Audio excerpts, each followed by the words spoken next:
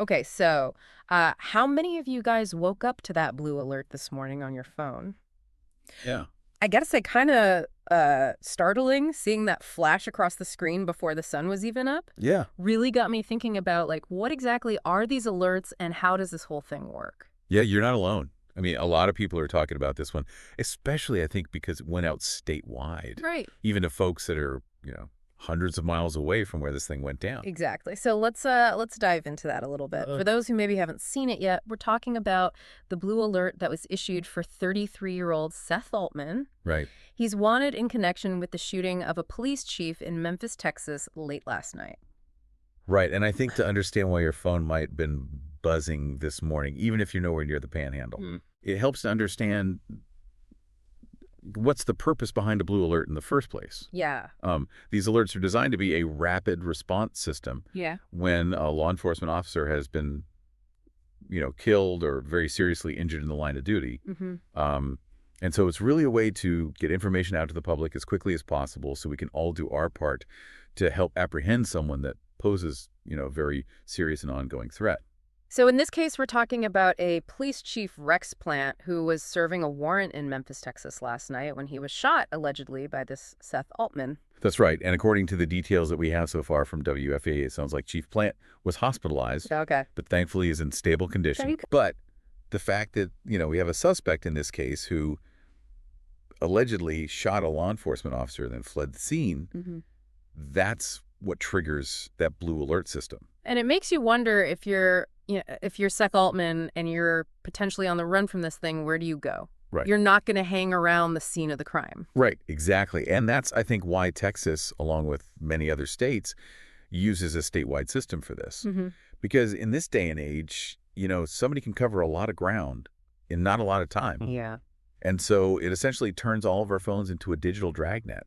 It increases the chances of someone somewhere spotting this suspect no matter where they're headed. So it's not just about finding someone who, might have committed a crime. It's about like a direct and serious and potentially very mobile threat to other law enforcement and the public. Precisely. And in the case of Seth Altman, he was last seen on foot around 11 p.m. last night near a major highway. Okay.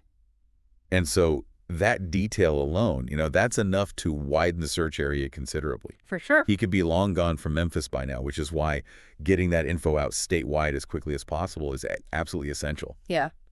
So you're driving down the road, right? Maybe on your way to work or you're out running errands, and this alert pops up on your phone. Yeah. What are you actually supposed to do with that information? Well, I think the first thing is don't panic. Right. It's easy to kind of go into a little bit of a tailspin when you see an alert like that. But I think the most important thing is to stay calm and really just take a second to process the information.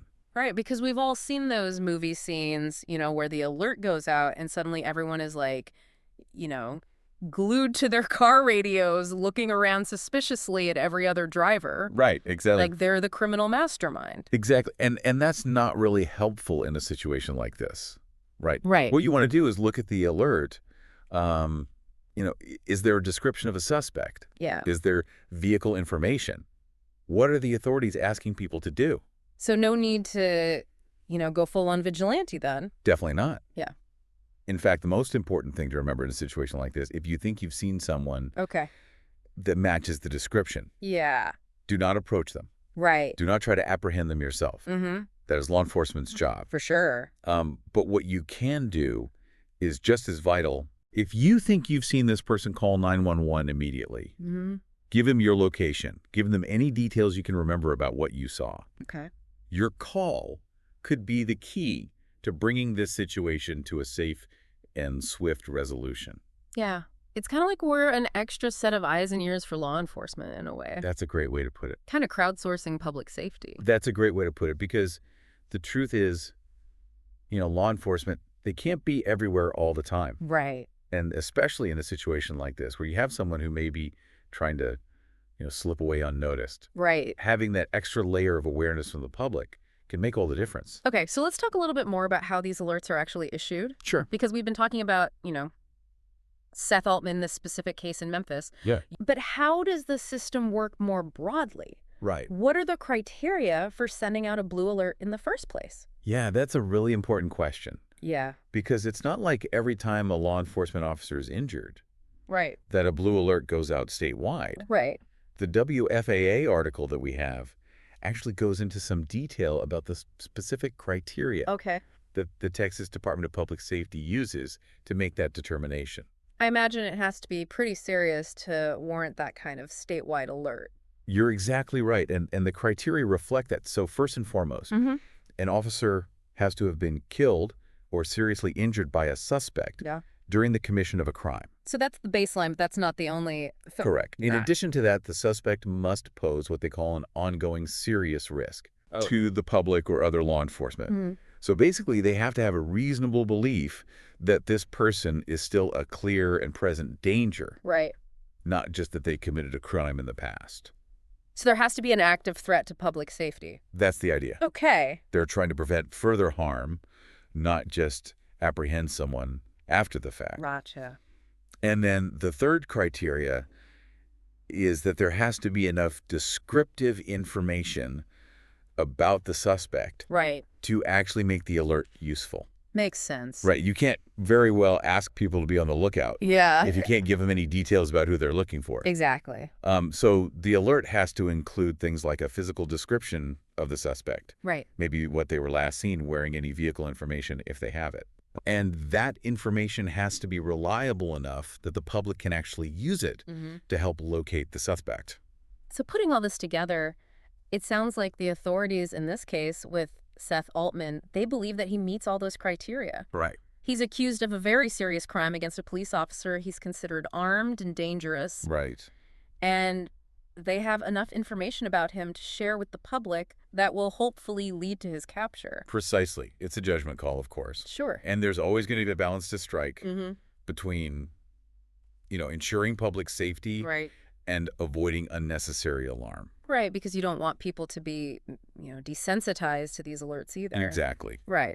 But in this case, based on everything we know, Yeah. the authorities clearly felt that the situation warranted the use of a blue alert. Right. Even for those who are, hundreds of miles away from the initial incident, Yeah. it really makes you think about how, I don't know how interconnected everything is these Right. days, right? Yeah. We've got these incredibly powerful devices in our pockets Right. that can instantly connect us to information and events that are happening, all over the state, all over the country, really. Yeah. It's pretty remarkable tool when you think about it. It really is. And I think in this case, it highlights how these alert systems, Yeah. they can be used to mobilize not just law enforcement, but entire communities, Right. right, to respond to a potential threat.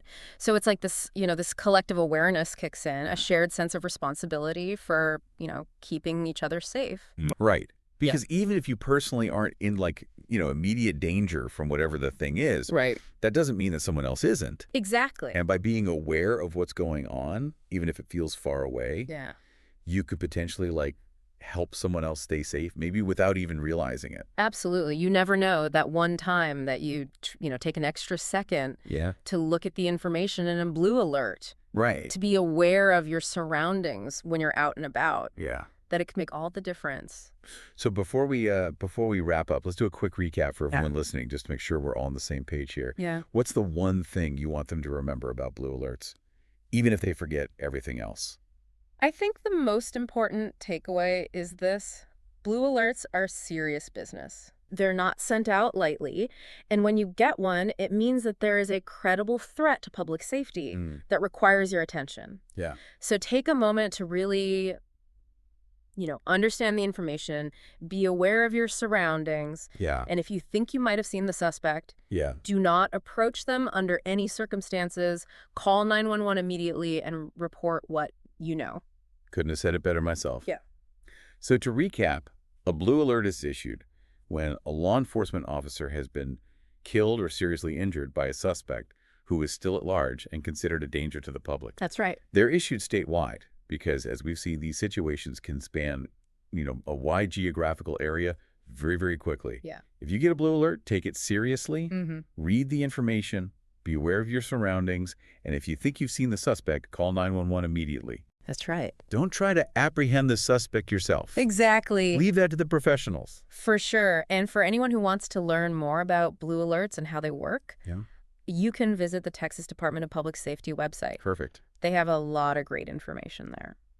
And that's a wrap on this deep dive into the world of blue alerts. It's it's a sobering topic, but I think it's also a really good reminder that we're all in this together. Yeah, Public safety is a shared responsibility. absolutely. And sometimes even just being aware of our surroundings and knowing how to respond to a situation like this can make a real difference. For sure. Until next time, everybody stay curious, stay informed, and stay safe out there.